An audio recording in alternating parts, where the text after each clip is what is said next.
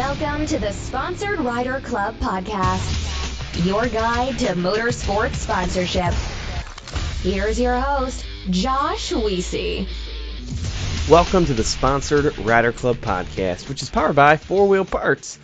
Today we have off-road racer Jeff Proctor on the line, and let me tell you up front, this guy is a true professional. I mean, if you couldn't figure it out yourself after listening to this episode, maybe you shouldn't be listening to the show at all. But no, Jeff absolutely crushes it in this one. I'm telling you right now, you better get your notebook out and just start jotting things down, because it's a lot and it's good. And I apologize ahead of time because I did two things different with the show that affected the audio. One is more on accident. I was on the tail end of a cold, causing me to be eating cough drops and drinking a lot of water during the show, so that's part of it. I apologize, but I did my best to clean all that up in post-production so that you couldn't hear any of that stuff. But two, I had a new microphone with limited testing on it. So since starting the show in December of 2016, I've had the same microphone, and I finally got an upgrade, and this one actually has a mute button on it as well, so I got to play with that during the show. So before I cough, mute it, cough away, and then unmute it. So that was good. At least Jeff didn't have to hear me coughing in his ear, but there's a few that snuck through that I had to clean up in post-production. But either way, I wasn't exactly sure how the mic was going to sound, so did it anyways though, and I think it came out okay. And now I want to tell you a little bit about 4-Wheel Parts too, before we get into the show. September 2019 is suspension month, and at 4-Wheel Parts, there's a lot of great deals out there on different suspensions. So they carry Rubicon Express, Pro Comp. Both those are 4-Wheel Parts brands. There's Fox, there's Bilstein, Rough Country, Rancho. There's a bunch of other ones, Icon Vehicle Dynamics. Lots of options out there for suspension. Check it out. Go ahead and add it to your cart, see what it looks like. Even if you close your cart out, you'll likely get a little email later saying like, hey, you got this little deal, you got this little bonus coupon code. Give it a shot, see what happens. They also released the new Smittybilt XRC Gen 3 winch recently, so this has been a couple weeks now that's been out there. So that's pretty cool. It's available for pre-order, so check that out. And if you end up getting to a point where you're like, wow, it's a lot of money, I don't know if I can get all this right now for my vehicle, bank account's a little lighter, you do have an option to finance this stuff. You can get a Synchrony car care card with 6 months promotional financing on it. So obviously that's based on a credit approval, but you can go through that process. If you need help, call 1-800-284-9840 or visit 4wheelparts.com. And you can also reach out to me with questions. I like talking about that stuff, so feel free to reach out. Josh at sponsoredriderclubpodcast.com. I'd love to get your feedback, too, about this show, how it's going, what kind of guests you want to see. So you can also email me at any point. Or head over to iTunes and leave a rating and review. It's also called Apple Podcasts now, so you can head over there, leave that rating review. That'd be great. It does a lot for the show. Without having the reviews on there, it actually causes the show to drop automatically in its rankings. So if you leave a rating and review, just by going through that process, it helps boost those rankings up a little bit. So I'd appreciate it if you head over there and did that so we can continue to exist and continue to provide value to all the listeners. And then subscribe. That way you don't miss any of our upcoming shows. If you subscribe on your podcast player, it will automatically download to your phone or computer, whatever it is. A lot of people listen on the website too, which is great. But the convenience factor of being on the cell phone where you can automatically download is pretty awesome. And this show is brought to you by a bunch of other really good companies. One, AMSOIL. They provide amazing lubrication products, and they're a company that runs on freedom. You can find out more at amsoil.com/rider. SolderWeld. They produce game-changing metal bonding technology, and they're ready to rescue your race. TopThePodium.com. They're experts in motorsport sponsorship and website creation. And then Bold Racing. Their family desert UTV race team. And then Crash Addict Industries. They provide human protection and extreme racing products.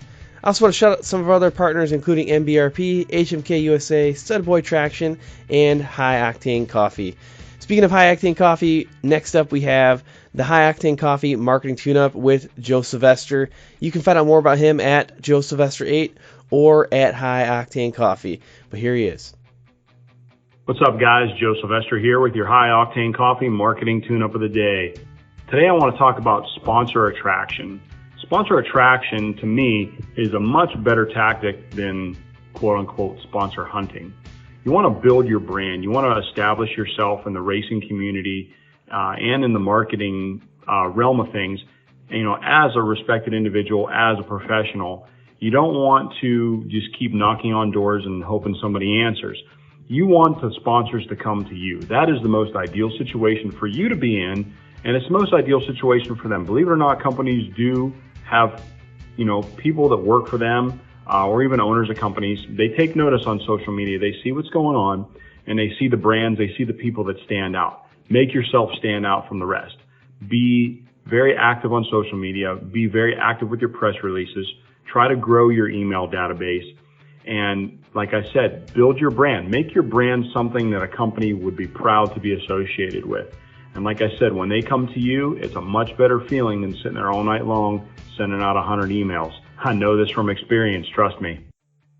Today's show features Jeff Proctor. So Jeff, I want you to tell us a little bit about yourself and fill in the gaps.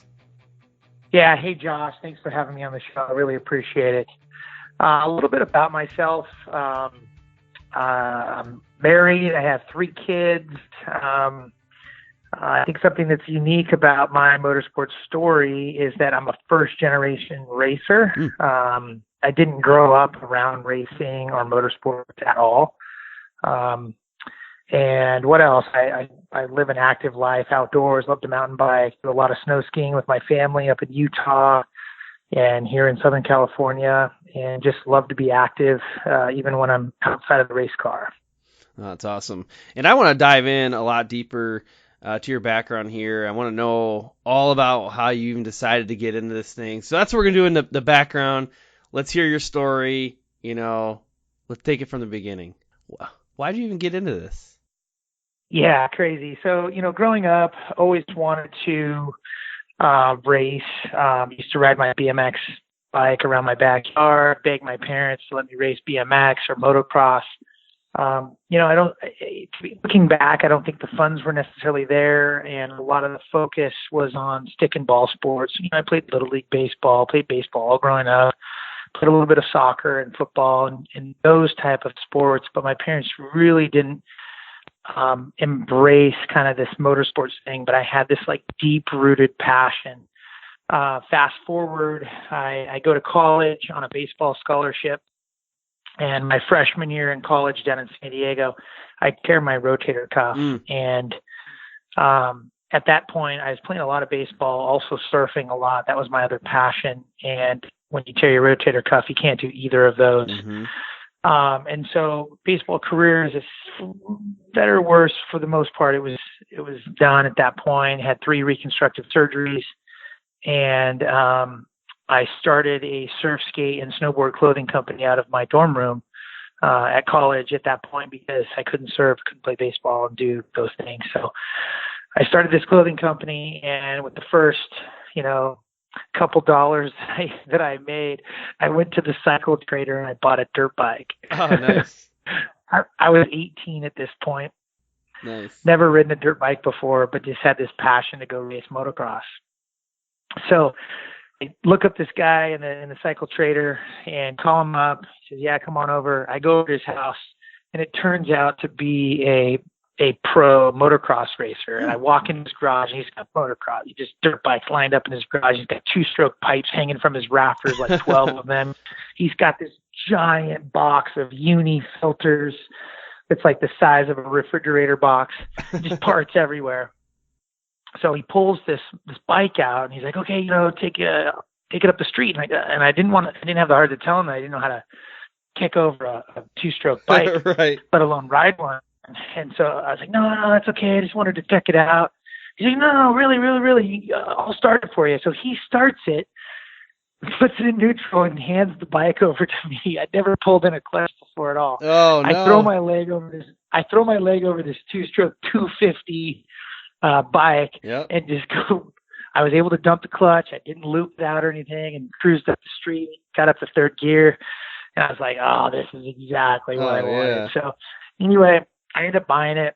and he kind of takes me under his wing, and I'm going to leave names out for this point, but he kind of takes me under his wing, and we go out to the desert the following weekend. He kind of teaches me how to ride. And I'm in this pack of like pros. These are guys who at that point were transitioning from supercross, motocross into freestyle MX. So this was a ways ago, right when freestyle MX was just starting, and I'm riding with these guys, and I'm trying to keep up, and there's no way I can keep up with these guys. I'm just learning how to ride a bike.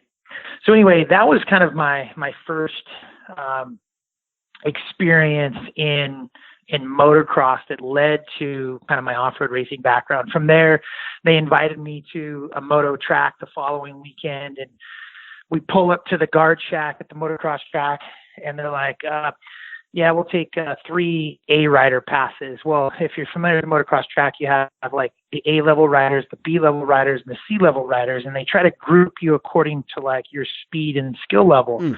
Well, I'm in the back of this guy's like truck, and he gets 4 A-level passes, and I go, hey, I don't want to ride with the A riders. Like, get me a C-level pass. He goes, no, I'll explain in a second. Just say you're an A-level rider to the guard check.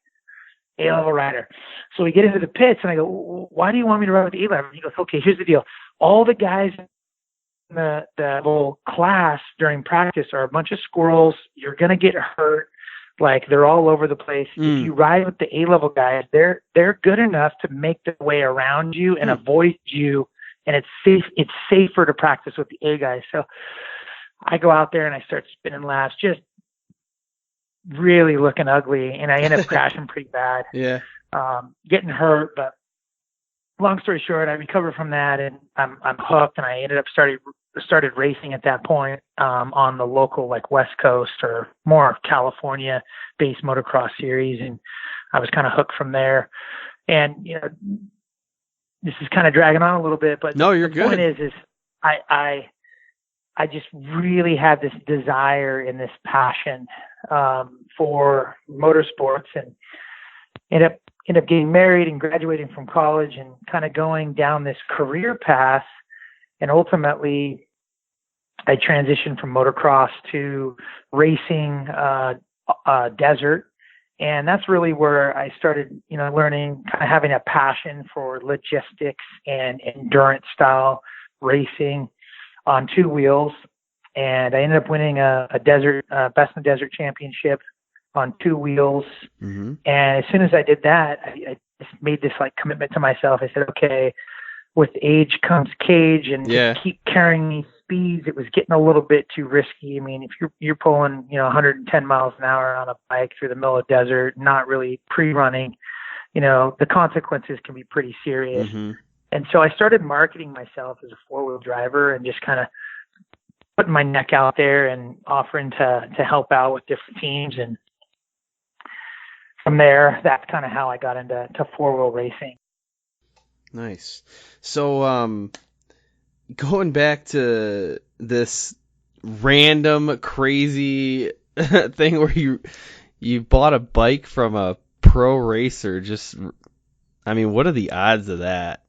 At the time, I didn't really think anything of it, but at looking back, I think it was all meant to be. If you believe in that stuff, like everything in your life, I believe, happens for a reason. And like, for some reason, it was kind of fate that day that I happened to call this advertisement in the Cycle Trader, go to this guy's house, and not only do I buy the bike from him, but he takes me under his wing and just is like, hey, let me show you the ropes, you know, let me show you how to ride. Kind of thing. And that's crazy. The rest was history. That's crazy. I mean, I believe in that stuff, that things just happen. They're meant to be. You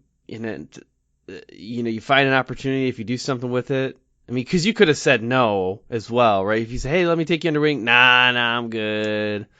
I'm just going to learn myself. And then we wouldn't be talking right now. But it's crazy, though. If you hadn't followed that Cycle Trader ad and made that call, I mean, everything would be different. Gosh, that's weird. I agree. And I'm a big believer in kind of carpe diem, seize the day. Yeah. And I think there's a lot of opportunities for all of us out there. And the big challenge for anyone that's listening is to recognize what an opportunity is and try to seize it. Yeah, definitely. Well, I don't know. That's pretty cool. I mean, I hear a lot of cool stories on here about how people got started, and every now and then there's one that's like completely random, and that this is one of them, and I like it. I love the random stuff. And that we hear stories too where people say how they got their first sponsor, like, oh, I was in a line at some fair, and the person in front of me was like, the owner of this company, and we started chatting, and I've been with them for 20 years. Like, what if you hadn't gone to that fair? Like, oh, it's so good. I definitely have some stories like that of how I got some of my first big sponsor. Nice. Oh, again, it kind of comes back to this whole thing with, right place at the right time. Oh, well, I'm taking a note right now to make sure we hit that one in the main event, because I gotta hear that one. So let's get to present day here. I mean, you started marketing yourself as a four-wheel racer, and then you're doing that. So let's hear the rest of the story. Yeah. So my path, I think when you're in it, and at the time you're not thinking of kind of climbing this ladder, Mm-hmm. you're trying to enjoy each step of the way. And so I started marketing myself as a four-wheel driver. I ended up driving for a friend of mine who allowed me to drive a leg in his 10 car in the Baja 1000. And my first real drive at the Baja 1000, we won our class. And it was this come from behind victory. And it really gave me the confidence to continue to pursue this direction in my motorsports career. And from there, I ended up driving so that was a 10 car. I ended up driving for another guy who had a 2-car Trophy Light team. If you're familiar with Trophy Light, it's like a 4-cylinder small truck in the Western United States series. And I guess you can race it in Mexico as well. So I'd raced for him after the first year of racing for him. I think first race out of the gate, I podiumed in second. And this kind of continued to instill that I was on the right path. And after a year of racing for him, he decides to step back from racing. Mm-hmm. And I ended up buying his truck from him and forming my own program. And then from forming my own program, this is kind of where we are present day. I ended up signing the American Honda deal 4.5 years ago to develop the concept Ridgeline for them to launch their second generation Ridgeline. And I signed the deal to build that for them, launch that, and then obviously race it for the following year. So it was a 1-year deal. Build the race truck, 1 year. And Honda kind of stuck their neck out a little bit on that one for me. I was for all intents and purposes kind of unproven, and they stuck their neck out. And they believed in me enough to get, one full season under the belt. And they came back and they were just like, this is great for this company. We love the image. Let's continue going down this path. And so here we are almost 5 years later, almost 5 years to the day. Oh, wow. That we signed our American Honda contract. And where this finds us present day is we're continuing to race the Ridgeline race truck in Mexico and here in the United States. And now we're embarking on another big chapter for our race team, which is we're taking on the new 2019 Honda Talon side-by-side. Yeah. And we just signed a contract with Honda to build and race a 2-car team starting in 2020. So the truck and these 2 side-by-sides will now be run under the same umbrella. We'll have 3 cars racing and hopefully someday 4 or 5. Nice. I'm excited about that. I mean, I'm excited about all of it. I love the whole sponsorship game. If people aren't familiar enough with the show by now, I love the desert racing game too. I get to go to Vegas to Reno, and I have a decent amount of desert folks on the team, so it's exciting to see Honda hopping in and like getting dirty for real. And I'm excited to see what this Talon does too. I mean, it's I've always been a big fan of Honda products, like going back to my old Honda Recon that I used to have. I think it was bulletproof, and every time they come out with something, they've already made sure that everything is covered. It is gonna work, and it's gonna work forever. They might not be first to market, but when they come in, like, you guys better watch out. You better watch out. So yeah, I'm excited to see all that.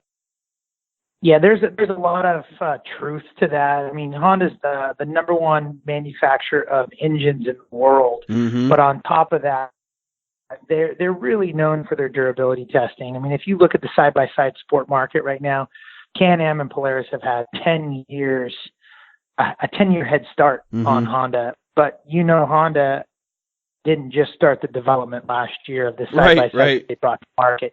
The durability testing alone should give the end consumer so much confidence in the product. And one little nugget of information that I'd want to leave with the listeners is that Honda is the first sport side-by-side manufacturer that's a real automobile manufacturer and not an ATV or a snowmobile manufacturer. So from a durability, reliability standpoint, it's definitely there without getting into the weeds on the engineering of it. Mm-hmm. Wow, I hadn't realized that. Yeah, that's a good point. Yeah, there's no one else. I'm trying to scan in my head. I'm like, come on, there's got to be someone else. No, there's that's it. That's it. Oh, that's good. I'm actually, some people know this if they listen to the show a few times. I manage a proving grounds out in Michigan, and so the word durability testing, that means a lot to me. I know what it takes to get into the details and the weeds and map out a good durability cycle. And it's Honda does that. I mean, that's another thing that's like a trend between some of the U.S. market products and then the Japanese market products, and or I should say Japanese led companies, U.S. led companies. U.S. might be a little bit quicker to market with something, but when the Japanese come to market with it, they've done the really deep dive durability, really deep engineering. They've learned every lesson from everybody else's mistakes, right? Which is cool. I think that makes the industry really fun, because you got people who are always going to be innovating and changing, and but there's some risk involved with that, and you got some of the folks that might have a little bit lower risk approach on it, but when it comes to market, it's just bulletproof. So yeah, I like it. I think it's fun. Absolutely. Well, let's hear about some of your current sponsors and partners. We've been fortunate since day one. Obviously, American Honda on the auto side, and now Honda Power Sports on the power sports side. Mm-hmm. But beyond that, our ancillary sponsors most of them have been with us since the beginning. And I think why that's important is that a lot of these sponsors and a lot of sponsors out there, they take risks on their athletes. They take risks on these teams. And, sometimes those risks pay off and other times it doesn't. And we don't really hear a lot of those stories of them not paying off, but it happens. And so KMC Wheels, they love the concept from the beginning. They've been on board. They make their parent company, KMC Wheels parent company, Wheel Pros, is, I believe, don't quote me on this, one of the largest wheel manufacturers in the world with some recent acquisitions. Oh, no kidding. So they're really changing the game on the wheel side. They actually do some Formula One exotic wheels for one of the Formula One teams, and they do a lot of forged wheels for several of the off-road teams, but they've been great to us. General Tire stuck their neck out early on, and Continental is their parent company, but General is the tire that we represent. Mm-hmm. It's been a great tire for us. This new X3 has been phenomenal. The tread pattern, it just really hooks up in the sand washes. We have the traction that we need. The tire doesn't degrade much at all under a lot of torque load. So, we've been fortunate to have a really good set of tires underneath us. And beyond that, there's so many other ancillary sponsors that, have been with us since day one to help us, just with components, Fox shocks. They have been building our shocks since day one. We're actually going to be debuting a new live valve shock on our side-by-side race cars coming up, which has been really exciting. I was on the phone with the engineers at Fox today, and we're working through some of the details of this new side-by-side. But, the short story is these live valve Fox shocks are controlled by a Bosch ECU that has over 800 data points pre-programmed in it. Taking, steering wheel input and all these different things to make sure that these shocks are making these minute adjustments to improve the handling as you're driving the car. Yeah, that's crazy. I mean, that's crazy. Imagine telling somebody this 20 years ago. Like, look, when you turn your steering wheel, I'm going to tell your back left shock to do something. And then when your front shock hits a bump, I'm going to tell your back right shock to do something different. Imagine telling that to somebody like 20, 30 years ago. They're like, haha, yeah, okay. Yeah, exactly. It's almost unfathomable. And I'm even going to go out on a limb, and I might get crucified online when someone hears this, but I think that the side-by-side technology that exists right now is, I think there's potentially more technology that you could include in a side-by-side than current trophy trucks. Oh. And that's even including the big, all-wheel drive beasts that they're building right now. Yeah. And I'm just speaking from an electronic tunability standpoint. I mean, the sky's the limit, and it's really exciting and a little bit scary to see where side-by-sides are going to be in 5 years. There's a little bit more meat to that too, because I actually was talking to Jim Beaver about this. I don't know if it was during one of the recording sessions, because Jim's been on my show 5 times now, and he was the last time he talked to me was at Vegas to Reno this year, and I don't know if we were talking on the air or off the air when this happened, but he was basically saying that sponsors right now are interested in his Razor. Like, they want to see him race his side-by-side. He's like, I got a trophy truck that's sitting in a garage. You're just sitting there collecting dust. He said that's not what the sponsors are after right now, because the market is so hot for the UTVs, and which means people are dumping development money into it. They're dumping the money into it for the racer sponsorships. They're dumping money into everything UTV, so that hits technology too. So if you got racers developing stuff, you got you're funneling R&D money in there, and the market's responding well, you're gonna keep rolling with it. I definitely agree with Jim on that statement. I mean, in its simplest form, I think SEMA was projecting within the next 2 or 3 years that the side-by-side industry will be grown to about a $7 billion industry. Wow. And the reason why sponsors are so attracted to side-by-sides is they can actually get a return on their investment with a race program, because the consumers can buy the parts that you're racing and bolt them on to a side-by-side that they can go finance from the local power sports store.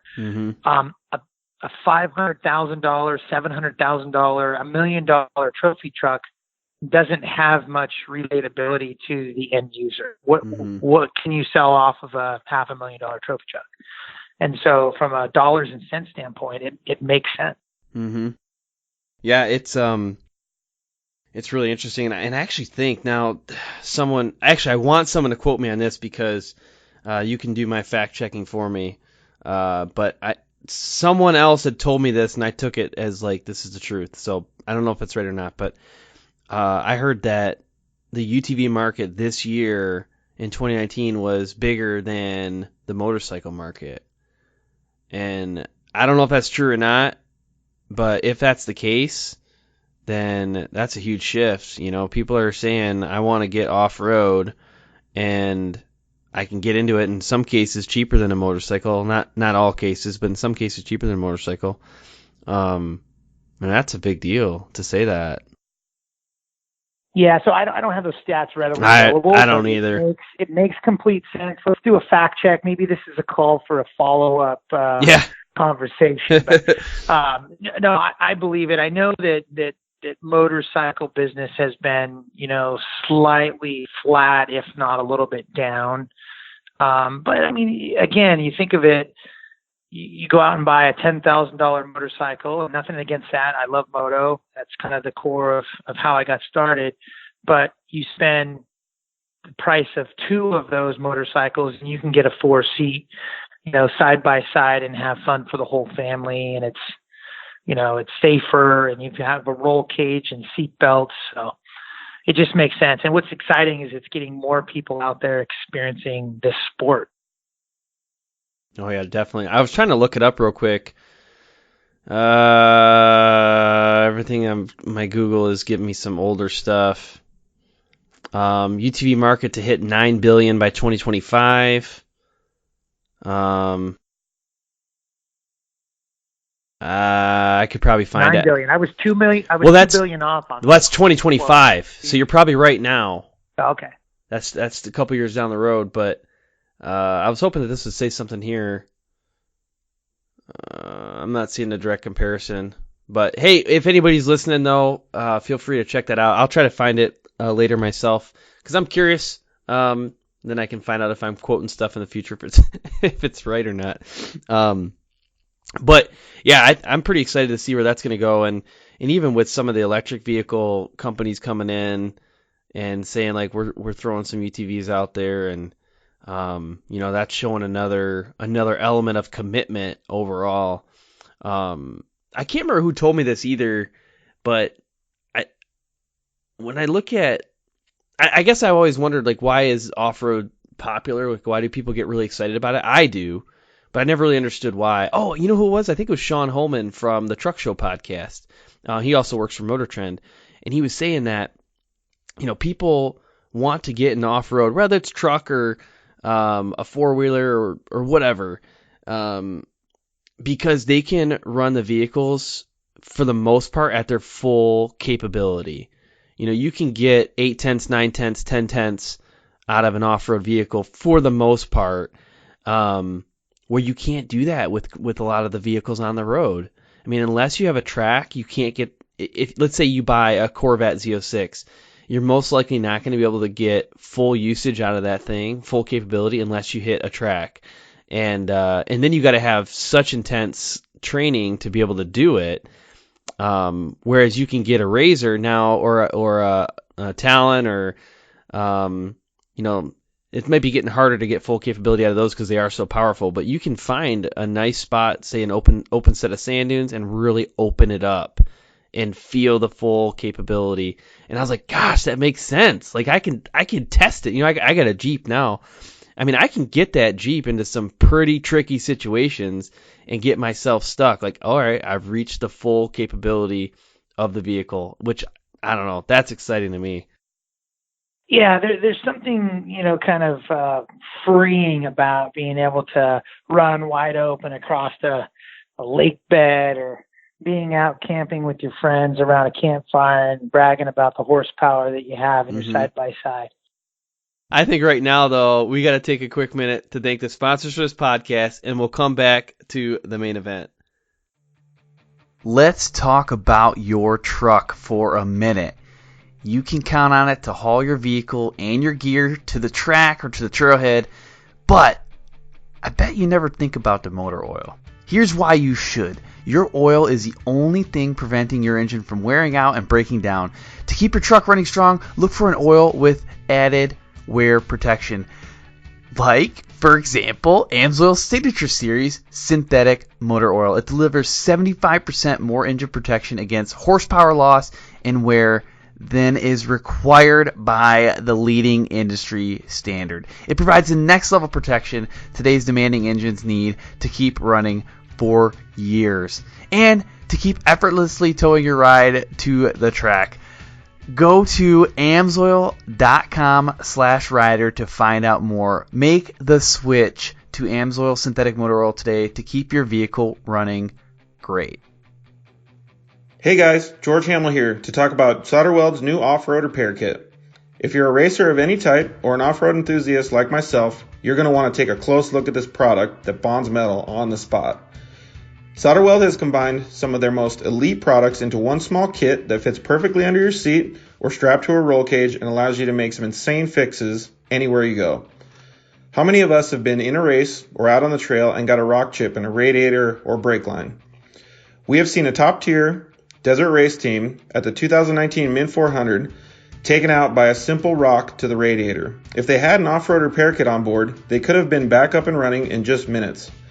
The kit includes everything you need to work on dirty aluminum, stainless steel, copper, and many other metals. SolderWeld's cutting-edge technology allows you to make these fixes with extremely low heat and incredibly high tensile strength, leaving you a lasting fix every time. Don't be that guy broke down on the side of the trail. Get your off-road repair kit today, and your friends will thank you. When I stop to think about all the things that make motorsports awesome, I think of camaraderie, I think of speed, I think of friendship, and I also think of family. And it's hard to go through all of those elements without thinking of Bold Racing. Now, Bold Racing and Jimmy Moore, the owner, has been a long-time supporter of this show and Impact Fuel overall. Jimmy Moore is a desert racer that also has a ton of experience with suspension, UTV axles, and general go fastness. I would love for you to head over to their Facebook page, Bold Racing, or their Instagram page, bold.racing, and just show them some love. Let them know that you support their race program and you want to see them continue to promote the amazing elements of motorsports. Safety is our overriding priority. I hear it all the time, but I have to ask myself, is it though? Is that the first thing we think of? Is that the first thing you think of? Over the past couple of years, we've seen the performance of production UTVs increase, somewhere around 350%. That means these machines give us a lot more opportunity to have fun and win races, but it also, unfortunately, gives us new opportunities to crash. And that's why we have partnered with Crash Addict Industries. The owner, Travis Pointer, became very accustomed to crashing early in his career. He saw it as inevitable, and he set out to make the process safer. With a passion for racing, welding, and engineering, Crash Addict Industries now produces full cage and other protection systems intentionally designed to protect you during an accident on the track. They also offer a line of human protection products through their vendors. Do this for me at this point. If you're racing with a stock cage right now, please go check out CrashAddict.com and at least just see what they have to offer. Even if you choose to go with a different company, please make safety your overriding priority. Two questions I get continuously about this show and about sponsorship is, do I need my own website and do I need a resume? The answer is, in my opinion, yes to both, and that's why we partner with TopThePodium.com. Now, if you want to see an example of what a professional website and what a professional resume looks like, you gotta check out TopThePodium.com. They did my website. The Sponsored Rider Club Podcast website is sponsoredriderclubpodcast.com. That was created by Jeff Vanestall of TopThePodium.com. I think it's awesome. I get a lot of good feedback about it. And there's a number of other websites out there that Jeff has produced that are just phenomenal. So I think it's important in this world of social media where you have control of your content. That's what a website does. It gives you full control. We don't know what Facebook's going to do sometimes. We don't know what Instagram's going to do. We don't know what Twitter's going to do. So if we don't have that central location to direct people and house our content, there is some risk that we incur. So I strongly recommend getting a website, talking to TopThePodium.com. And then the resume, again, is massive. And if you want to stand out, get it done professionally. And honestly, it is one of the best ways to step up your game and present yourself in the best way possible. All right, well, welcome back, everybody. We are now at the main event.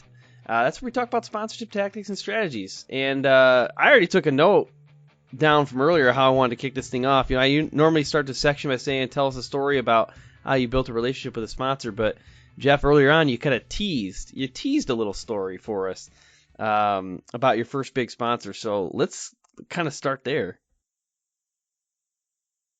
Yeah. So, again, it kind of circles back to, some things, happen for a reason, that sort of narrative. And I was in the airport at LAX, and I was flying out someplace, and I happened to run into the director of Honda PR while we're waiting for our flight, and I strike up a conversation.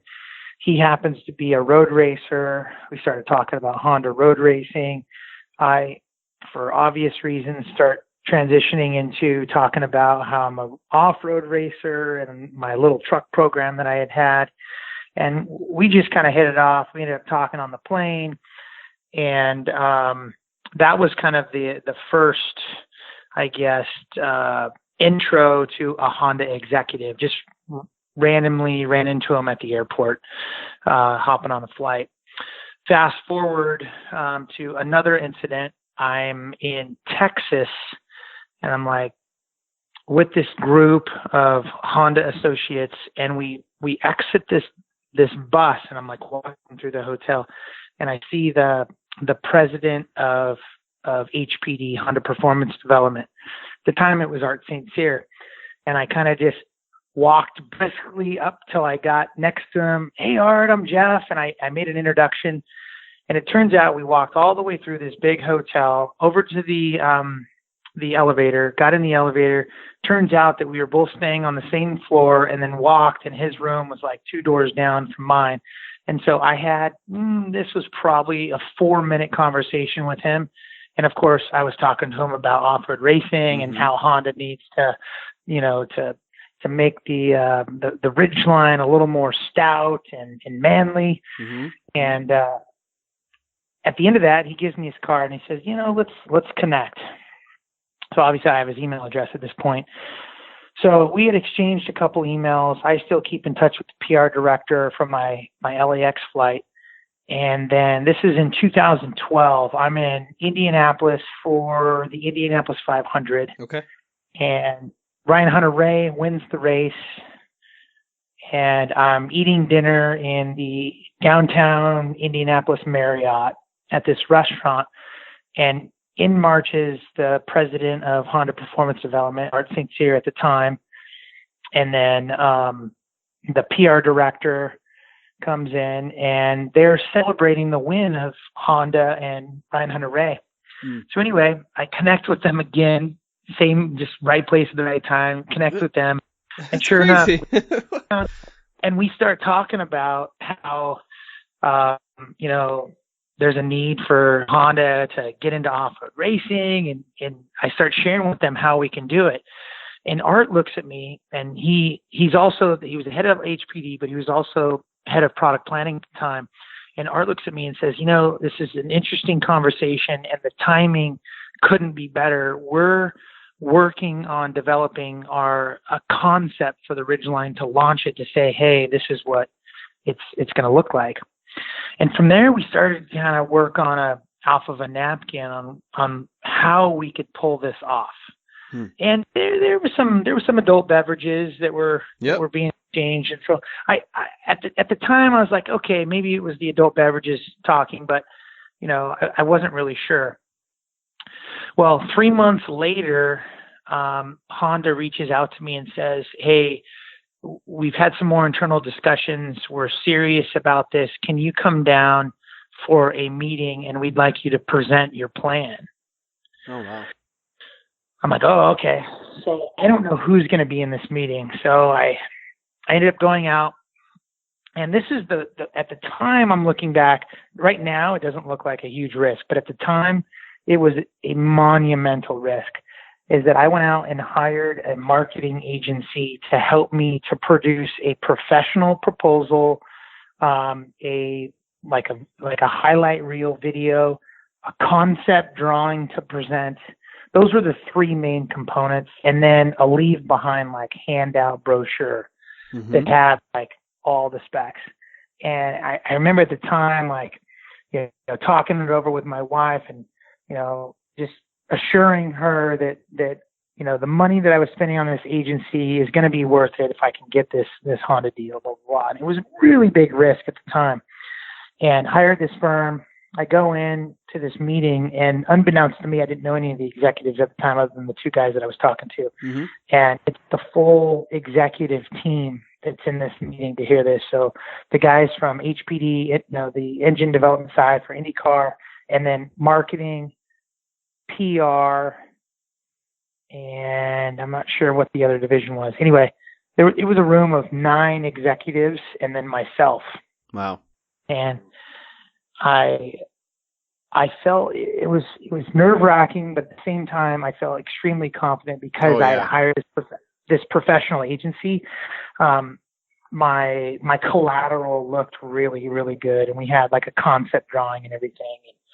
And, the rest is kind of history, to be honest with you. Honda came back, they approved my proposal, and we ended up building, instead of Honda building a concept car, we built the race Ridgeline trophy truck, essentially, mm-hmm. and they used that as the concept car to launch the new Ridgeline at SEMA in 2015. Okay. And then 2 weeks later, after we launched at SEMA, we raced the Baja 1000 for the first time in the truck and ended up winning, and created kind of an exclamation on the whole journey to securing the deal and building the truck. So it's been a wild journey, one that I never anticipated in my life, but one that is definitely rewarding.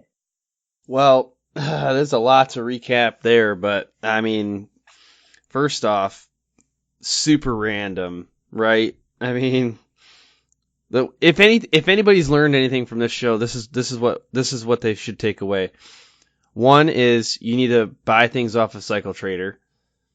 2, you got to talk to people at the airport. Like, you got to do that.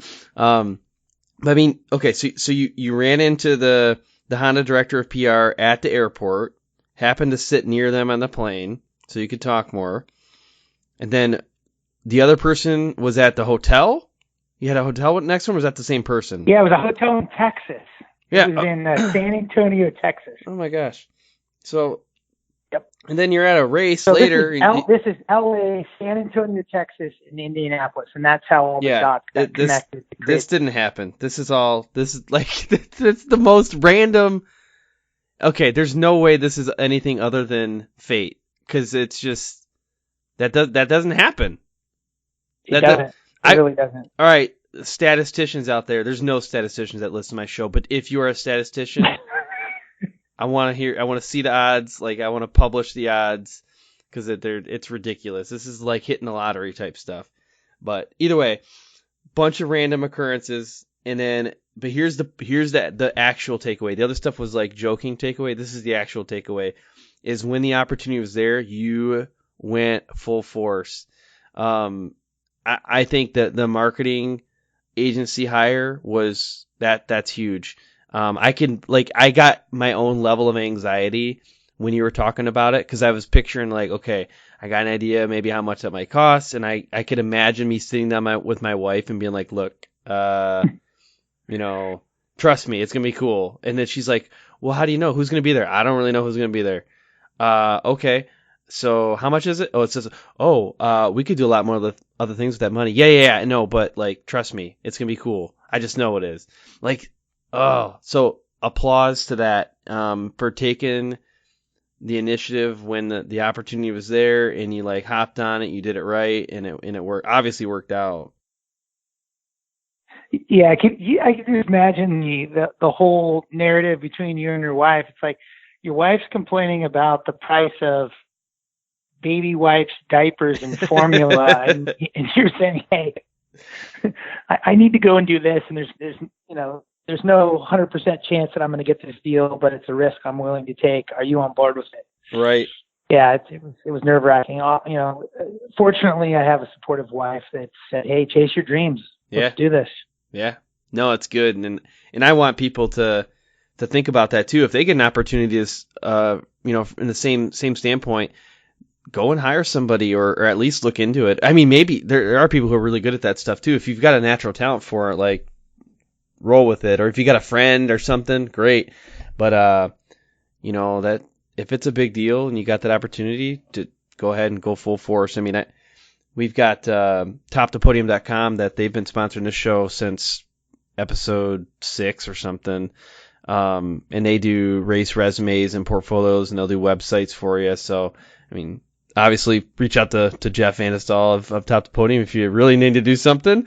But I mean, if not, feel free to search around and find something that works for you. But I think that's huge. And I can't remember this quote. Maybe you'll be able to fill the gaps on this. But there's a quote that said it was something like hard work is when luck. It's like luck is when hard work meets opportunity.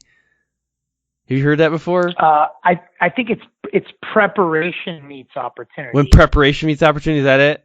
That makes sense. Yeah, I've seen it both ways. Yeah, I think it's the preparation side, yes, which is also hard work, right? Yeah. So I mean, the point is definitely there. Like, there's a lot of people that come across opportunities. I know I do, and then I don't do something about it, or I don't realize I should do something about it, or I don't try hard enough. Like it happens all the time. But normally, if you see somebody like, wow, they're really lucky, oftentimes there's that preparation of that hard work behind it.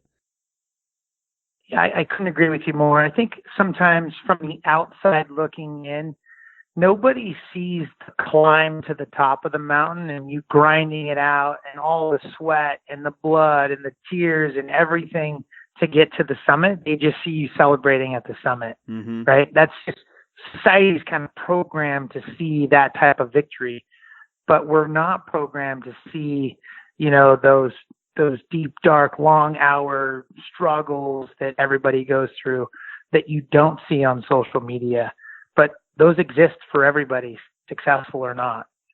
And I think that's important for everybody to remember, is to kind of push through those challenging times and those times when you don't see the light at the end of the tunnel, to make sure that you're prepared for the opportunity. Yeah, definitely. Well, I kind of had another question in this section here. Is there something you've done that's kind of unique to promote your sponsors or add value for them? Absolutely. I say this with reluctance because it's not a just add water type of thing. I have a business background. I have a marketing degree. I would consider myself kind of a natural salesperson, if you will. But, one of the things that's been the greatest of values to my racing program is when a sponsor comes to us and I'm meeting with an executive of any of these major corporations, I think in the back of their mind, I need to understand what their objective is. And the simplest way possible, it's how can you move more of their product off the shelf, right? The day of saying, hey, please sponsor me because with a sticker on the side of my race truck because we're good, doesn't fly anymore. It's like, how does that business produce an ROI from that sticker on the side of your truck? How does that business sell more whatever, right? Sell more paint, sell more Tylenol, sell more, a jacking system, or sell more shocks? How do they do that? And this concept, I've got to give it up to Mike Bell at KMT Wheels. We were in an executive meeting over there at the infancy of the program, and he kind of was sharing this philosophy about the sticker on the side and how it was really of no value, and in the nicest way possible. How can we get you guys to sell wheels for us using the identity of your race team?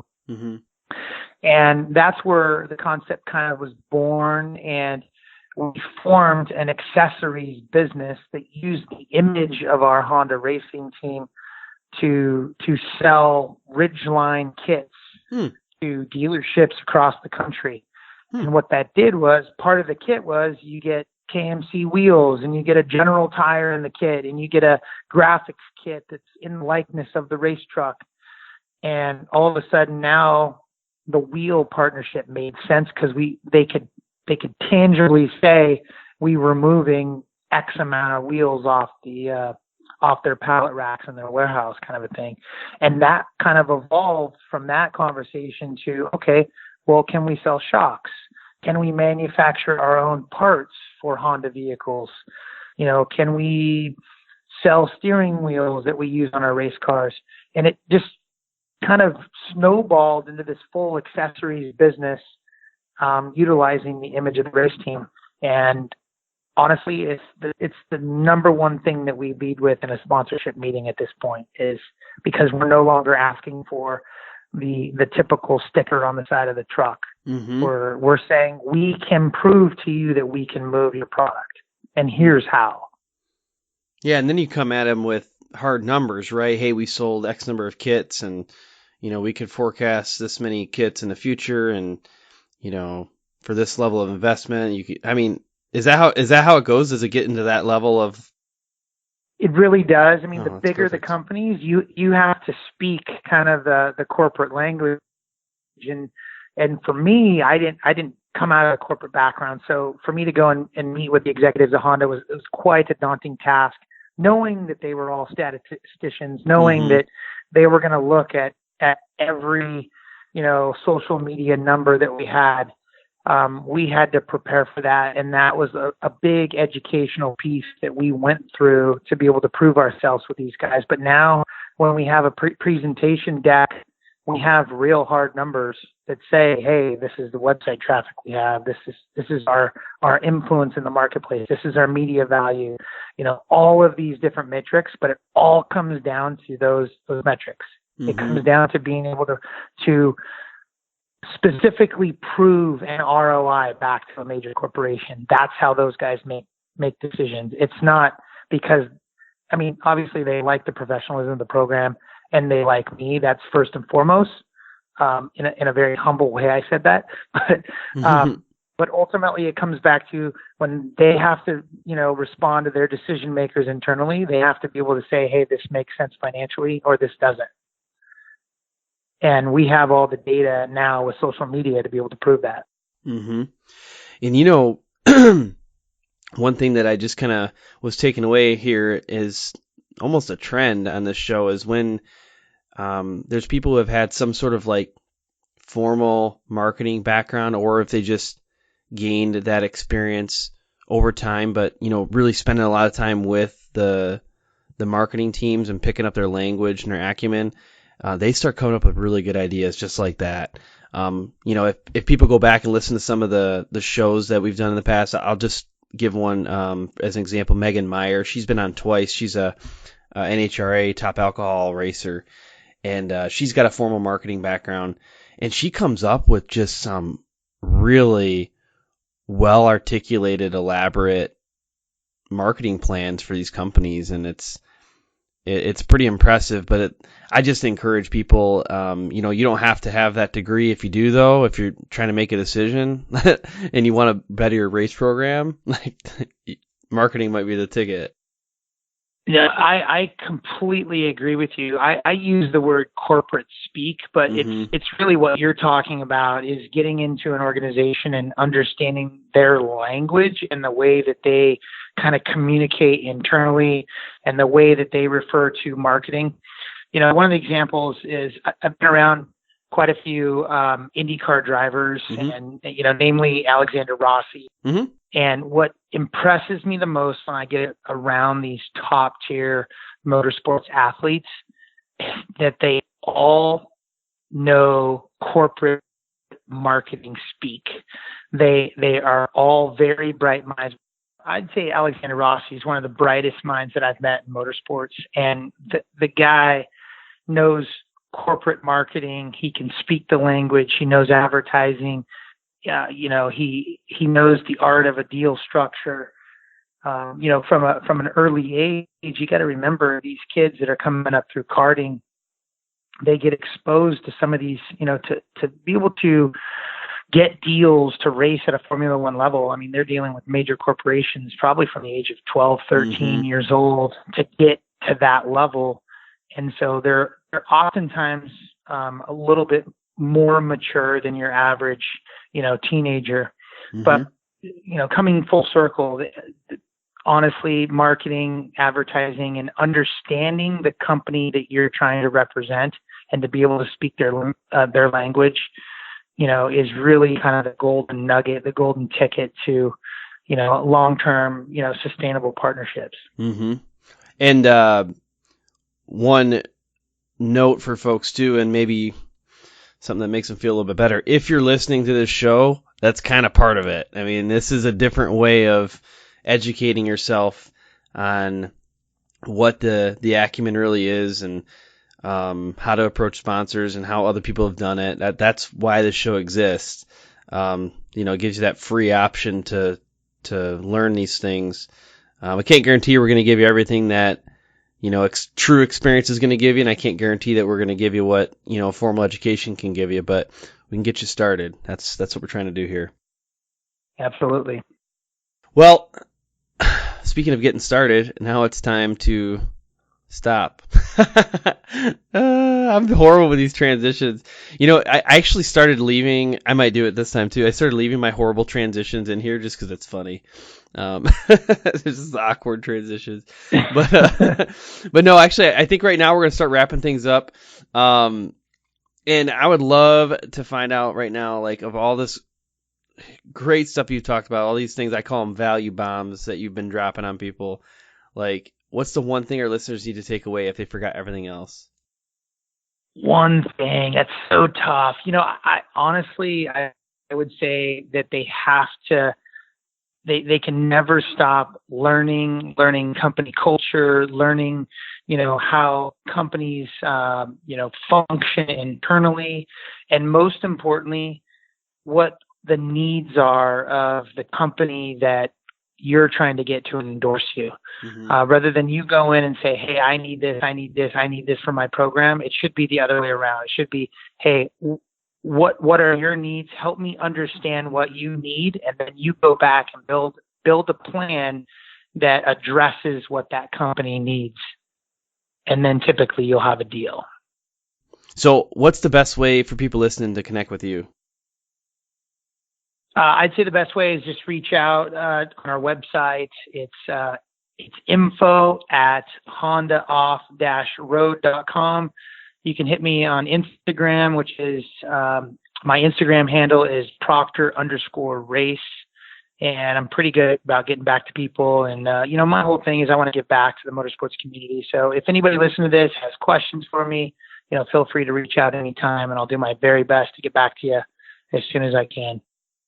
Well, Jeff, I really appreciate you taking the time to chat tonight. I mean, this was phenomenal.